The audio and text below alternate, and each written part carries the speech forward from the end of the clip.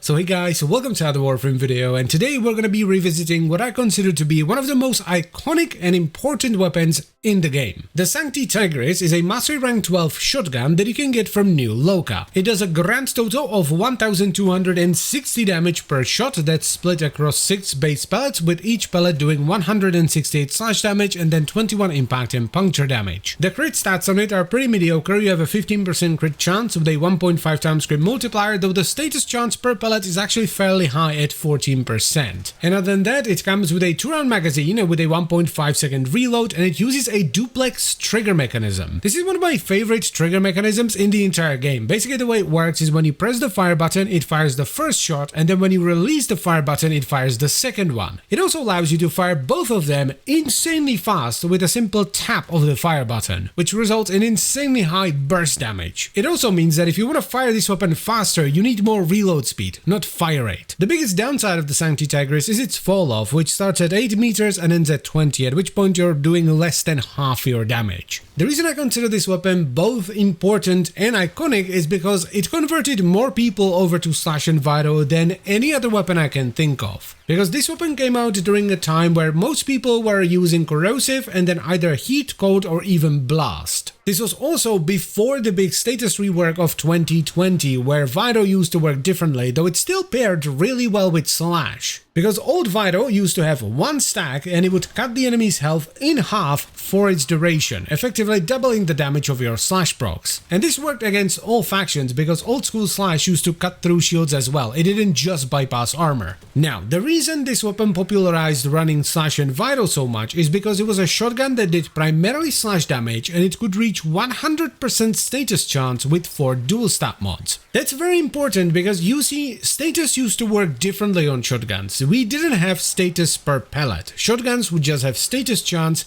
and that status chance would be divided equally amongst all the pellets. Unless you could hit 100% status chance on a shotgun, at which point the calculation would just throw its hands in the air and go, I don't know what to do, and it would make every single pellet proc status. This, unsurprisingly, on a shotgun that does primarily slash damage and can fire damn near 30 pellets per second, was really strong, so people started using it and they started experimenting with it on other weapons. However, the ridiculous single target damage, or even a little bit of AoE damage if you added punch through onto the weapon, wasn't the only reason why it was so popular. It is a Syndicate weapon, so it comes with a purity effect, which once you gather enough affinity will cause a 25 meter explosion that does 1000 corrosive damage and procs corrosive on any enemy hit, and it heals you for 25% of your maximum health and boosts your base health by 25% as well. So when you combine all of these things, you get a perfect single target weapon. But does it still hold up? Well, let's find out. The build is actually fairly unusual. It's pure status, so we go Prime Point Blank and Primary Merciless for a ton of base damage and some reload speed,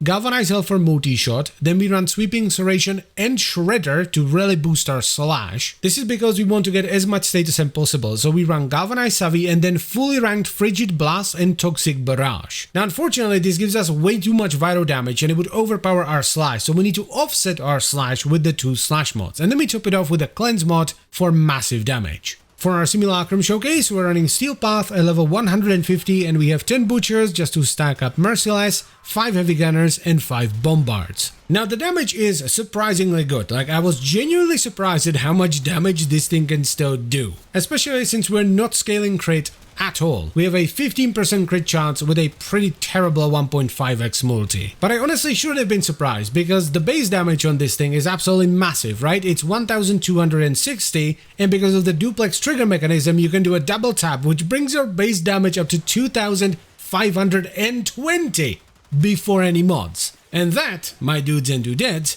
is a lot of bloody damage. Now, why go with the Sancti rather than the Prime? Well, the Prime came out later and people are already getting used to the Slash and Viro thing, but also the Prime has slower reload speed and less status. So while it does do more damage, has more range and multi-shot, I still prefer the Sancti for this kind of stuff. So it turns out the Tigris still works really well. It is mostly single target focused, but if you manage to squeeze in some punch through, either via a Riven or you just take out Shredder and lose a bit of slash, it can deal with crowds pretty well. Now you could also take this setup a little bit further and run Galvanized Acceleration in the Exiles as well, but it doesn't help as much as you might think. Because even though it adds some extra range to the weapon, you still don't want to fire at things that are too far away, because the accuracy on it is not great, so you're going to be missing a ton of pellets. You ideally want to run up to the enemy, stick the barrels up their nose and then pull the trigger, because then you're getting the headshot multiplier on all your pellets as well. But anyway, that's pretty much it for the video, so I thank you very much for watching. As always guys, if there are any other weapons that you think are important and you would like to see a video like this about them, let me know in the comment section down below. Then I would like to extend a special thank you to all the channel members. Thank you very much guys, I really appreciate your support,